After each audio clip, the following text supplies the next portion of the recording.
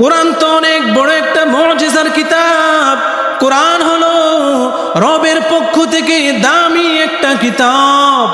আপনি কোরআনকে জিজ্ঞাসা করেন, হে কোরআন তোমার নাম কি? কোরআন বলে বল হুয়া কুরআনুম মাজিদ।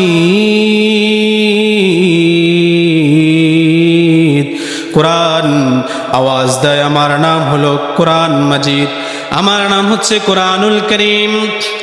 এবার কোরআনকে জিজ্ঞাসা করেন, হে কোরআন তুমি দুনিয়ার আসমানে আসার আগে কোথায় ছিলে?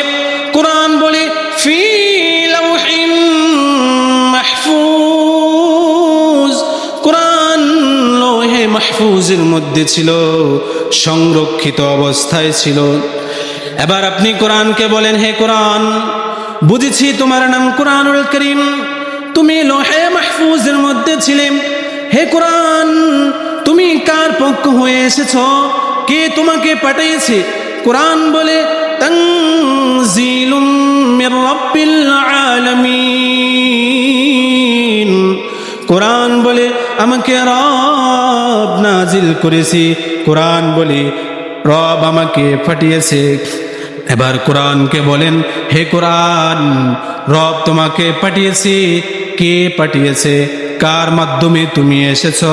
কোরআন বলে নাযালা বিহির রূহুল আমিন, নাযালা বিহির রূহুল আমিন।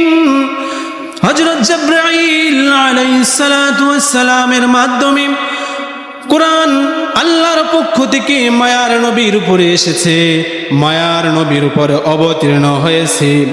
ভাইয়েরা আমার, আপনারা ঘটনা জানেন। কোরআনকে আবার জিজ্ঞাসা করো হলো, হে কোরআন বুঝেছি রবের পক্ষ হয়ে এসেছ, মায়ার নবীর উপরে অবতীর্ণ হয়েছ, হযরত জিবরাইল তোমাকে নিয়ে এসেছে। ও কোরআন এবার বলো, হে কোরআন তুমি কোন মাসে এসেছো? কোরআন এবার ডাক দিয়ে বলে শাহরু রমাদানাল্লাযী উনজিলা ফীহিল কুরআন। কোরআন বলে শাহরু রমাদান, রমজান মাসে কোরআন নবী আলাইহিস সালাতু ওয়াস সালামের জন্য অবতীর্ণ হয়েছে, নবী আলাইহিস সালাতু ওয়াস সালামের উপর নাজিল হয়েছে।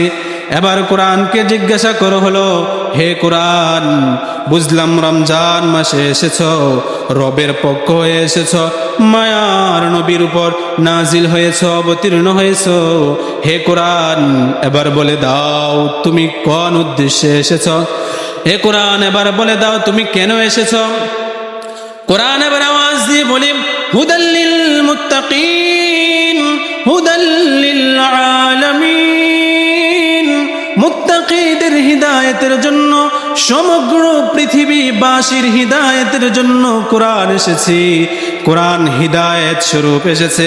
আল্লাহ বলে যালিকাল কিতাব লা রাইবা ফি হুদাল্লিল মুত্তাকিন।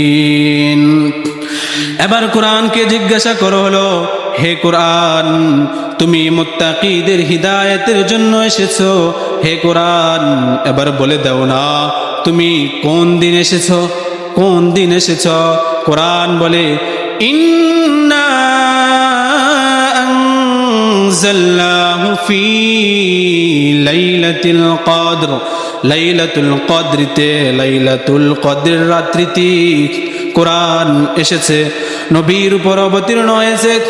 মায়ার নবী যখন মসজিদুল আকসা থেকে, বাইতুল মাকদিস থেকে ভ্রমণ করে সরাসরি প্রথম আসমান, দ্বিতীয় আসমান, তৃতীয় আসমান, চতুর্থ, পঞ্চম, ষষ্ঠ, সপ্তম আসমানে রব্বে করিমের বরাবর হয়ে বসে আল্লাহ পাকের সাথে কথোপকথন করেছেন আল্লাহ পাক রব্বুল আলামিন।